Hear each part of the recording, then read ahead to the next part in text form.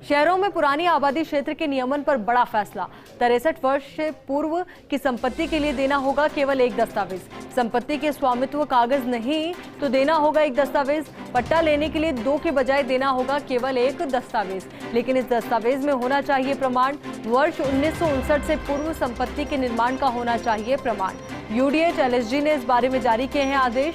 राजस्थान नगर पालिका अधिनियम वर्ष 1959 से है लागू, इसलिए इसी वर्ष को मामले में पट्टा देने के लिए बनाया है आधार, जबकि 31 दिसंबर 2018 से पहले बनी संपत्तियों के लिए है जरूरी। पट्टा लेने के लिए रहवास के 2 दस्तावेज प्रस्तुत करना जरूरी है। तो शहरों में पुरानी आबादी क्षेत्र के नियमन पर यह बड़ा और अहम फैसला लिया गया है। 63 वर्ष से पूर्व की संपत्ति के लिए देना होगा अब केवल एक दस्तावेज। संपत्ति के स्वामित्व कागज नहीं तो देना होगा एक दस्तावेज।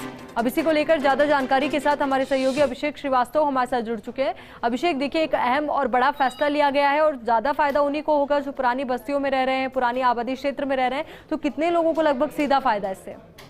जी बिल्कुल, ये प्रशासन शहरों के संग जो अभियान है उसमें सरकार का फोकस है जो शहरों की जो पुरानी बसावट के इलाके हैं उनमें जो लोग बसे हुए हैं उनको पट्टे दिए जाएं, क्योंकि सरकार का लक्ष्य इस अभियान में 10 लाख पट्टे देने का है और सरकार ये मानती है कि 7 लाख पट्टे इसी मामले में दिए जा सकते हैं। इसलिए सरकार जो है इस मामले में बड़ी रियायत देते हुए ये आदेश जारी किया है कि ऐसी संपत्ति जिसका निर्माण 1959 से पहले हो चुका है उसमें जो वैकल्पिक दस्तावेज दिए जाते हैं, अगर भूखंडधारी के पास या जो संपत्ति का मालिक है अगर उसके पास स्वामित्व के दस्तावेज हो तो ठीक है, अगर स्वामित्व के दस्तावेज नहीं है तो वैकल्पिक दस्तावेज भी वो प्रस्तुत कर सकता है। तो कोई भी एक वैकल्पिक जो 1959 से पहले के जो निर्माण है उनके लिए ये राहत दी है कि वो केवल एक वैकल्पिक दस्तावेज अगर पेश करते हैं निकाय में तो उनको पट्टा मिल जाएगा, लेकिन वो जो दस्तावेज पेश करेंगे उसमें ये प्रमाणित होना चाहिए कि जो संपत्ति है ये 1959 से पहले की बनी है, क्योंकि 1959 एक ऐसा वर्ष था जब राजस्थान में पहली बार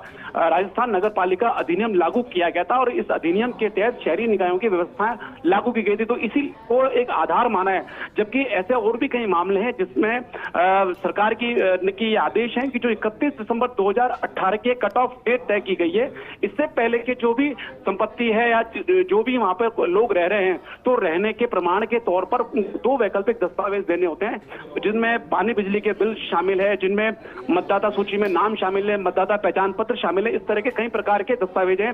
इवन ये भी है कि अगर कोई चिट्ठी पत्री उस पते पर आई हो तो इस तरह के जो वैकल्पिक दस्तावेज जो 31/12/18 के मामले में 2 पेश करने होते थे, लेकिन इन मामलों में 1959 के पहले के मामलों में एक दस्तावेज की व्यवस्था की गई है। तो ये वाकई बड़ा फैसला है कि जिनके पास दस्तावेजों की कमी है तो उनके लिए ये राहत दी गई है, क्योंकि पुराने ये मामले हैं इनमें सरकार मानती है कि पुराने मामलों में जो है उनको राहत दी जानी चाहिए, क्योंकि उनका कब्जा आज जो वहाँ संपत्ति में रह रहे हैं। बिल्कुल अभिषेक, और जाहिर तौर पर जब प्रशासन शहरों और गांव के संग अभियान के दौरान इस तरीके की समस्याएं आई होगी तभी अहम और महत्वपूर्ण फैसला लिया गया और निश्चित तौर पर एक बड़ा लाभ बड़े तबके को इससे मिलेगा। बहुत बहुत शुक्रिया आपका हमारे साथ जुड़ने के लिए, पूरी जानकारी